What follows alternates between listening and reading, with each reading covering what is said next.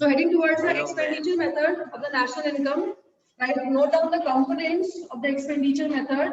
First one is household final consumption expenditure. It is also known as private final consumption expenditure.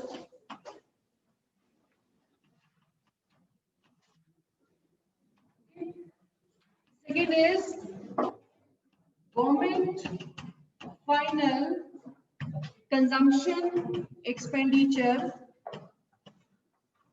Third is gross domestic capital formation, जिसके components हैं gross domestic fixed capital formation plus change in stock, and fourth component is net exports, which is calculated as export minus import, and this comes out as GDP at MP, also known as gross domestic product at market price, minus depreciation comes out as NDP at MP, plus NFIA comes out as NNP at MP, and minus NIT comes out as NNP at FC. So this is the formula for the expenditure method of calculating the national income.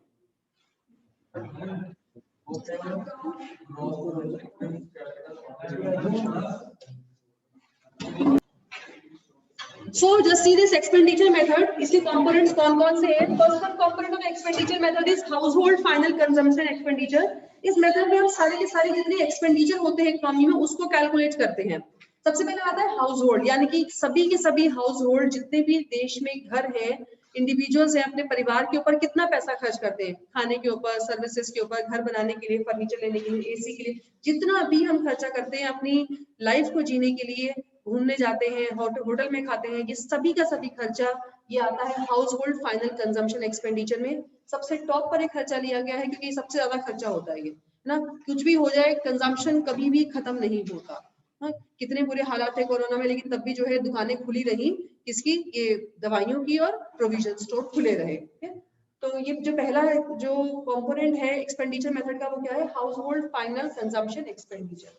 दूसरा component है बच्चों government final consumption expenditure, जो सरकार खर्चा करती है, लोगों को सैलरीज देती है अपने डिपार्टमेंट में, या फिर एडमिनिस्ट्रेशन में पैसा खर्च कर रही है, कुछ डिफेंस के इक्विपमेंट खरीदने पैसा खर्च कर रही है, आर्म्स एंड एम्युनिशन से पैसा खर्च कर रही है, वो सभी सरकार के द्वारा जितना पैसा खर्च किया जाता है वो इसका सेकंड कंपोनेंट है एक्सपेंडिचर मेथड का, that is government final consumption expenditure.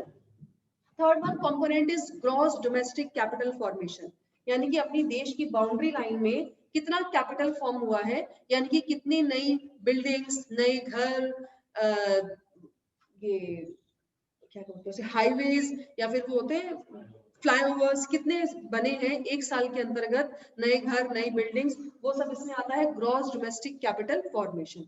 इस ग्रॉस डोमेस्टिक कैपिटल फॉर्मेशन के बच्चों दो कंपोनेंट्स हैं, this is gross fixed capital formation plus change in stock. सुनिएगा ध्यान से क्या है ये, अगर आपको दिया हुआ है gross domestic fixed capital formation, तो इसका मतलब ये है साल के अंतर्गत जितनी भी बिल्डिंग्स बनी जो तैयार हो चुकी हैं, बिल्कुल कंप्लीट हो चुकी हैं, सिर्फ उनको लिया गया है, बाकियों को नहीं लिया गया है।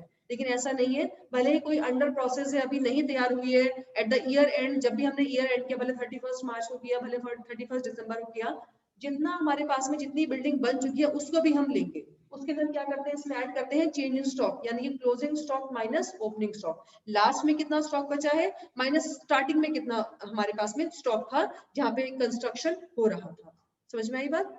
Gross domestic fix capital formation plus change in stock. Fix का मतलब ये होता है कि जितने बिल्डिंग्स, जितने फ्लाईओवर्स कंप्लीट हो चुके हैं सिर्फ उन्हीं को लिया गया है, लेकिन हमने सिर्फ उनको नहीं लेना है, जो भी अंडर प्रोसेस है, अंडर कंस्ट्रक्शन है, उनको भी लेना है। कैसे कैलकुलेट करेंगे?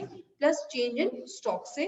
और चौथा कंपोनेंट यहाँ पे आता है नेट एक्सपोर्ट्स, यानी कि यहाँ से एक्सपोर्ट्स कितना है, विदेशी हमारी चीजों की कितनी डिमांड करते हैं, वो भी एक तरीके का एक्सपेंडिचर है। माइनस हमने विदेश से कितनी चीजों की डिमांड करी ना, ऑनलाइन कितना सामान मंगाया, वैसे हमने कितनी चीजें इंपोर्ट करी, वो आता है इसका चौथा कंपोनेंट नेट एक्सपोर्ट्स। तो एक्सपेंडिचर मेथड के मेन 4 कंपोनेंट्स है।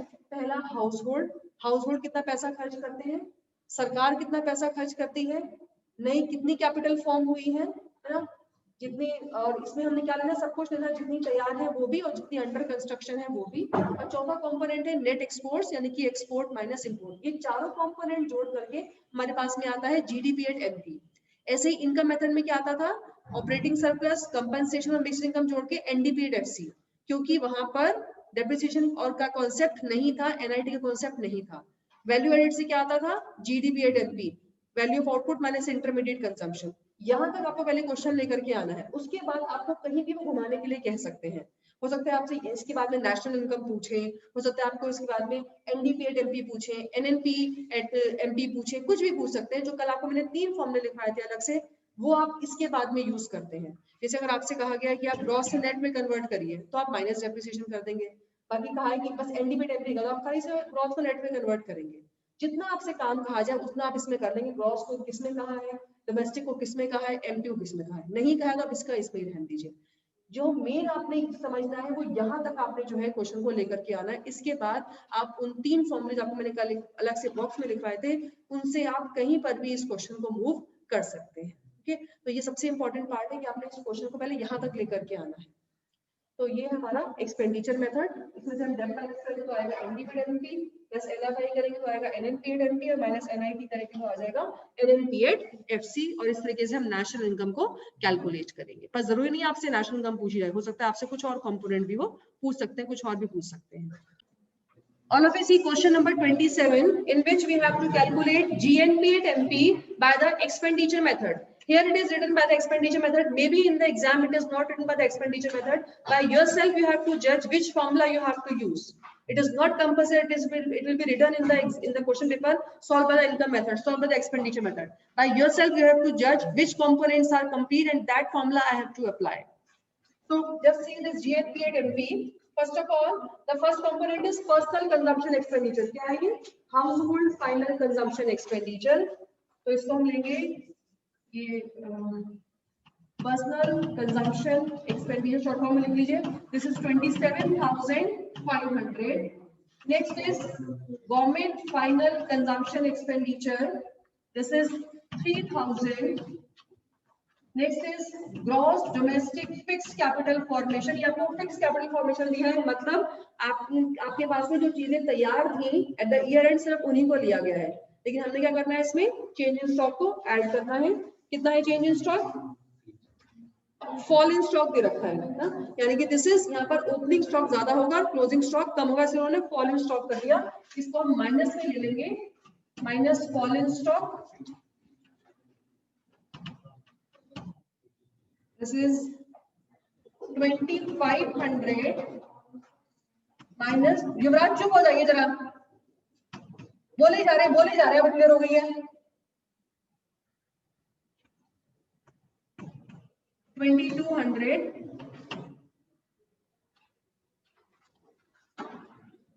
just 800 and the fourth one component over here is net export, which is export minus import. Here export is given as 450 and import is given as 500. कितना आएगा export minus import? minus 50. Does it total of this?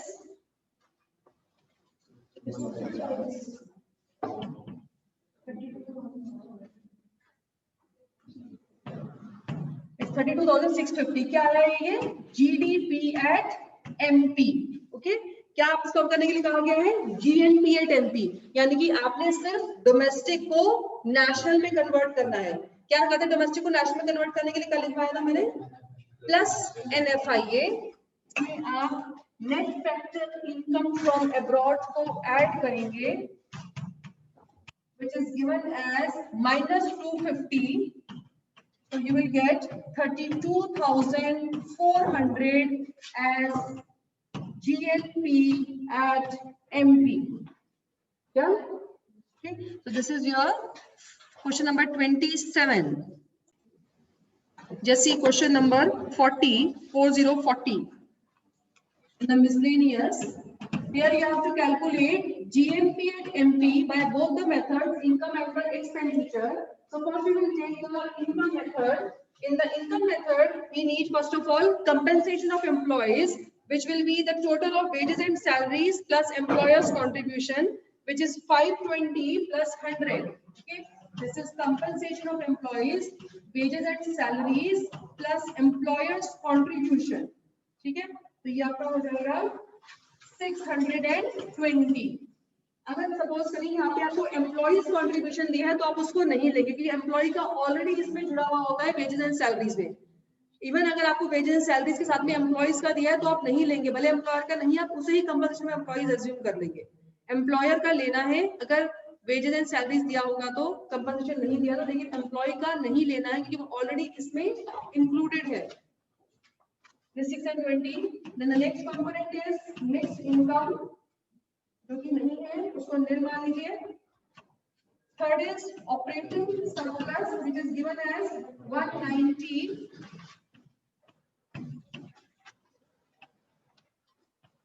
And this comes out as NDP at FC. और क्या calculate करना है हमने? GNP at MP, है ना? यानी कि आपको नेट को ग्रॉस में कन्वर्ट करना पड़ेगा. क्या करेंगे आप उसमें? Plus depreciation, which is given as 30. ये आपका आ गया 840 GDP at FC. एक एक स्टेप वाइज करेंगे हम. फिर आपने करना है डोमेस्टिक को नेशनल में कन्वर्ट करना है. क्या करेंगे आप? Plus NFIA, which is -5. This is 835. क्या आ गया ये? GNP at FC. अब लास्ट स्टेप हमें क्या करना है? FC को MP में कन्वर्ट करना है. क्या करेंगे? Plus NIT is 105 and this is 940 as GNP at MP by the income method. ठीक है, अब नेक्स्ट क्या करना है? आपने कैलकुलेट करना है एक्सपेंडिचर मेथड से. रब कर दूं इसको एक साथ में होगा ये, मतलब कि पहले इनकम से कर देंगे फिर एक्सपेंडिचर से, जैसे आपका मन करे. अब नेक्स्ट देखिए एक्सपेंडिचर मेथड. पहला कंपोनेंट क्या है इसका? Private final consumption expenditure, which is given as 600. Next government final consumption expenditure, which is given as 200. Next gross domestic capital formation है, लेकिन यहाँ पे क्या दे रखा है? Net capital formation. तो यहाँ पे आप as it is net capital formation ले लेंगे.